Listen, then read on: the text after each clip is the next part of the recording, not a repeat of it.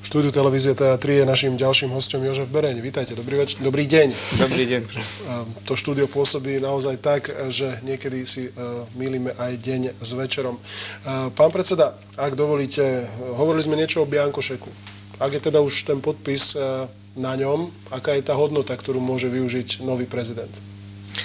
Najprv mi dovoľte, aby som aj touto cestou zablahoželal pánovi Andrejovi Kiskovi za zvolenie za prezidenta.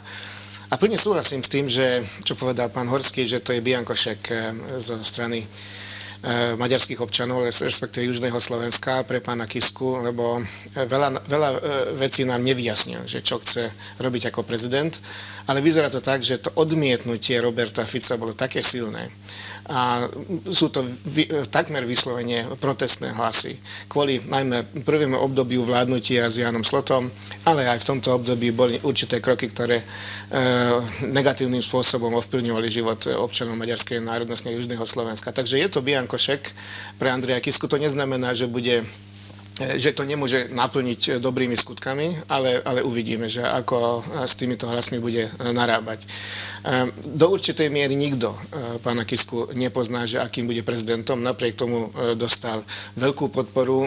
Ja som preto hodnotil už v noci výsledok, že skôr pán Robert Fico prehral, ako Andrej Kiska vyhral, ale neznamená to, že nebude dobrým prezidentom. Znamená to teda, pán Bereň, že ste viac spokojní s tým, že prehral Robert Fico? My sme povedali v našom vyhlásení posledný deň, že pána Roberta Fica nepodporíme zo skúseností z minulého obdobia, ale čo sa týka Andreja Kisku, sme povedali, že dáme voľnú ruku. A z toho dôvodu isté, že to je nádej. Je to nádej pre nás všetkých, ale čo sa týka volebnej kampani, boli by sme radi, keby sme už teraz niečo vedeli, že akým spôsobom bude postupovať. Ja viem, že to pre slovenskú verejnosť je ťažko počúvať a nie som z toho veľmi populárny, ale je 110 000 Maďarov menej ako pred 20 rokmi. Ja som už viackrát aj u vás povedal, že my potrebujeme zmeny v oblasti financií, oblasti inštitucionálneho zabezpečenia, legislatívneho pozadia menšinovej politiky. A čakali sme na to, že čo na tie otázky povie pán Kiska, ale nechcel sa pustiť do tejto témy. Ja súhlasím s tým, že nechcel ani vyprovokovať možno maďarskú kartu, ale tým, že sme postavili v prvom kole pána Bardoša, proste sme do určitej miery sme aj vyňali túto tému z volebnej kampani. Vďaka k tomu, že on tam bol, nikto nemohol vyťahnuť tie staré predsudky alebo tie útoky, lebo mohol by na to priamo odpovedať. A potom každý aj zrátal s tým, že asi Maďari môžu aj za neho zahlasovať. Dokonca to bolo pre nás veľké prekvapenie, že aj pán Robert Fico mal billboardy dvojjazyčné na Južnom Slovensku. To je obrovská zmena, čo sa týka politiky pána Fica. Jediný kandidát, ktorý nemal, a to je do určitej miery paradox, dvojjazyčné billboardy, to bol práve pán Kiska. Mal to aj pán Prochádzka, pán Hrušovský, každý.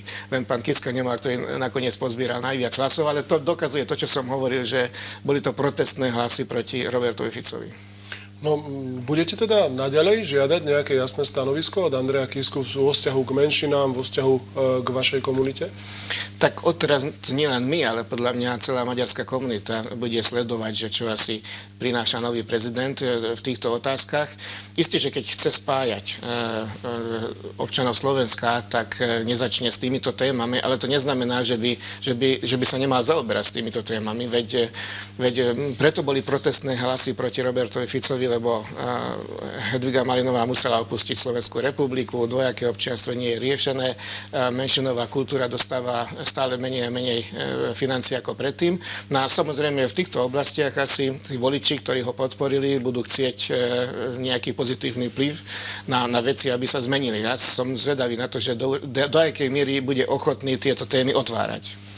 A že ako? No a to je moja otázka. Má vôbec prezident v tomto prípade nejaké kompetencie, ktoré by si mu odporúčali využívať na to, aby teda tí voliči maďarskej menšiny, ktorí ho volili, cítili vlastne takúto odplatu za svoj vlastný hlas?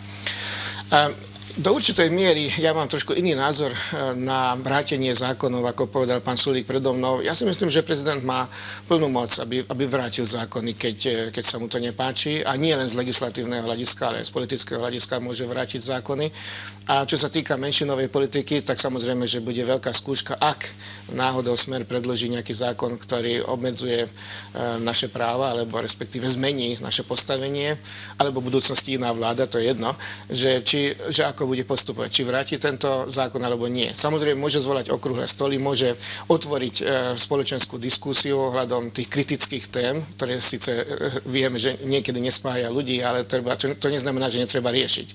Menšinová politika je kľudná, ale nemusí byť vždy kľudná. Takže z toho dôvodu prezident má obrovské možnosti, aby ovplyvňoval väčšinu, že proste niečo patrí aj tej menšine a trošku viac, než môžeme tancovať, môžeme spievať a môžeme mať nejaké školy. Trošku viac chceme, lebo takto asi sa vyjadril pán Kiska, že však môžeme tancovať, spievať a môžeme mať svoje školy a on má veľa priateľov. No to sú tie všeobecné výrazy, ktoré počúvame od viacerých politikov, ale bohužiaľ to nestačí, ako som povedal. V oblasti finančného zabezpečenia menšinovej politiky, v oblasti inštitucionálneho zabezpečenia, legislatívneho zabezpečenia. Tam potrebujeme zmeny na to, aby tá asimilácia, ktorá tu prebieha, že je o 110 000 menej ako pred 20 rokmi, dostal teda iný trend, alebo bol tu iný trend, aby sa to zastavilo a aby sme zmenili podmienky. Otázkou je, že či sa toto dá riešiť v jednom štáte, ak aj v druhom štáte. Ak sa pozrieme na slovenskú menšinu v Maďarskej republike, je ten istý proces, Slovákov tam ubúda historicky, či to náhodou nie je medzištátna záležitosť a otázka možno medziregionálnych riešení, ktoré by mohli nastať. Samozrejme, je otázne, čo s tým prezident môže spraviť. Áno, samozrejme, že prezident môže vybudovať ešte lepšie kontakty s Maďarskou republikou alebo s inými štátmi, kde žije slovenská menšina, ale tieto dve menšiny majú dosť odlišné historické zázemie, respektíve históriu, lebo kým Maďari museli odísť, skoro 100 000 Maďarov muselo opustiť Československo, kedysi po druhej svetovej vojne, slovenská menšina dostala ponuku, aby sem prišla a dobrovoľne sem prišli na území víťazného Československa, takže niekedy sa nedá automaticky spájať tieto dve menšiny, ale isté, každý štát, najmä je to štátna kompetencia, je zodpovedná pre tú svoju menšinu a prezidenti, predsedovia vlád by mali ovplyvňovať druhý štát alebo susedný štát, aby to aj robili. No, samozrejme priestor na to majú.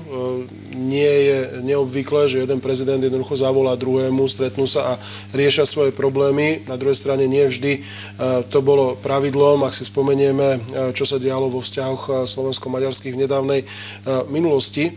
S pravdepodobnosťou hraničiacou s určitosťou, ale môžeme povedať už v tejto chvíli, že nový prezident niečo k menšinám povie. V sľube prezidenta sa totiž uvádza, že musí dbať a sľubuje, že bude dbať o blaho slovenského národa, ale aj národnostných menšín. Stačí to? Samozrejme, čo sa týka sľubu, to nemôžeme zmeniť, to je dané a to vlastne ako odzrkadluje ústavu Slovenskej republiky, ale potom konkrétne činy, konkrétne skutky a akým spôsobom, ešte raz opakujem, sa bude stavať k legislatíve, či otvára tie problematické témy a či bude ovplyvňovať aj väčšinu, aj menšinu pozitívnym smerom, to už je otázka na pána Kisku. Tie kompetencie nie sú veľké, to je pravda, ale prezident práve v tej veci má obrovské možnosti, že ako prezident, ako prvý človek tohto štátu môže pozitívnym spôsobom vplývať na medziľudské vzťahy aj na medzietnické vzťahy. Takže inými slovami, asi to stačiť nebude, len tie slová v sľube, pozvete ho napríklad do Komárna, do Dunajskej Stredy. My veľmi rád spolupracujeme každým, ktorý je otvorený k tejto spolupráci a trošku sme ľutovali, že keď pozval pán Kiska na spoločnú tlačovú besedu na svoju podporu pána Prochádzku a pána Kňažka, tak pána Badoša nepozval. My sme boli radi, keby bol vtedy pozval po prvom kole. Aj naše rozhodnutie by bolo trošku ľahšie, ako takto to bolo.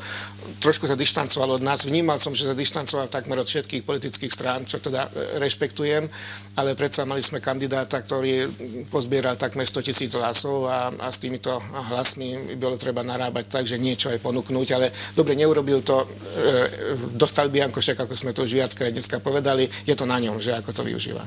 Pán Barený, takže vieme, že pán Ďula Bardoš získal viac ako 5%. Trváte na tom, že je to pre stranu maďarskej komunity úspechom? Je to úspechom, veď bol prvý občan maďarskej národnosti, ktorý kandidoval a napriek tomu pozbieral viac ako 5%. A čo sme museli prekonať, to bolo práve to, že každý vedel, že on nemá šancu na to, aby vyhral, respektíve minimálnu. Hej.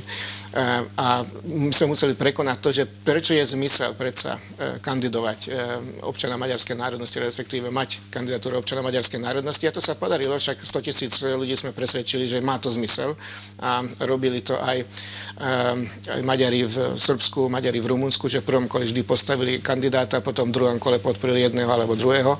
Aj my sme sa snažili týmto spôsobom teda pokračovať v týchto voľbách a podľa mňa, keď ešte bude SMK, prečo by nebola, po 5 rokoch pravdepodobne budeme mať znovu samostatného kandidáta v prvom kole. Dobre, ak teda hovoríme o stratégii, ktorú ste zvolili v prípade prezidentských volieb, aká bude stratégia v prípade nadchádzajúcich eurovolieb a po prípade komunálnych volieb? Ideme samostatne do tých eurovolieb a samozrejme, že chceme udržať miesta, ktoré tam momentálne majú 2 poslancov. Máme veľmi skúseného človeka, ktorý je lídrom tejto kandidatúry, to je práve pán Čáky, ktorý bol podpredsedom vlády pre európske záležitosti a veľmi kvalifikovaný človek na tento post. Dúfam, že získa priazeň voličov Južného Slovenska najmä. A čo sa týka komunálnych volieb, tak vždy v komunálnych voľbách sme silní, lebo máme zázemie silné v mestách a obciach, takže tam očakávam dobrý výsledok ako pred 4 rokmi, veď predsa vtedy sme vypadli z parlamentu roku 2010.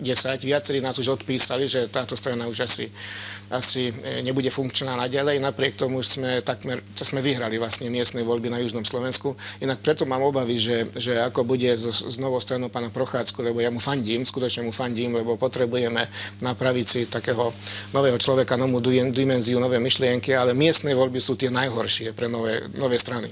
Pre etablované strany miestne voľby väčšinou sú úspešné, lebo už majú svoje zázemie, takže keď on chce vyskúšať svoju silu cez miestne voľby, tak to môže to zle dopadnúť, ale však jedny voľby ešte nič neznamenajú. Môže ísť ďalej a môže potom v parlamentných voľbách mať lepší výsledok. Veľmi pekne ďakujeme, pán predseda, aj vám za to, že ste si našli čas pre divákov televízie TA3. Ďakujem pekne za pozvanie. Dovidenia.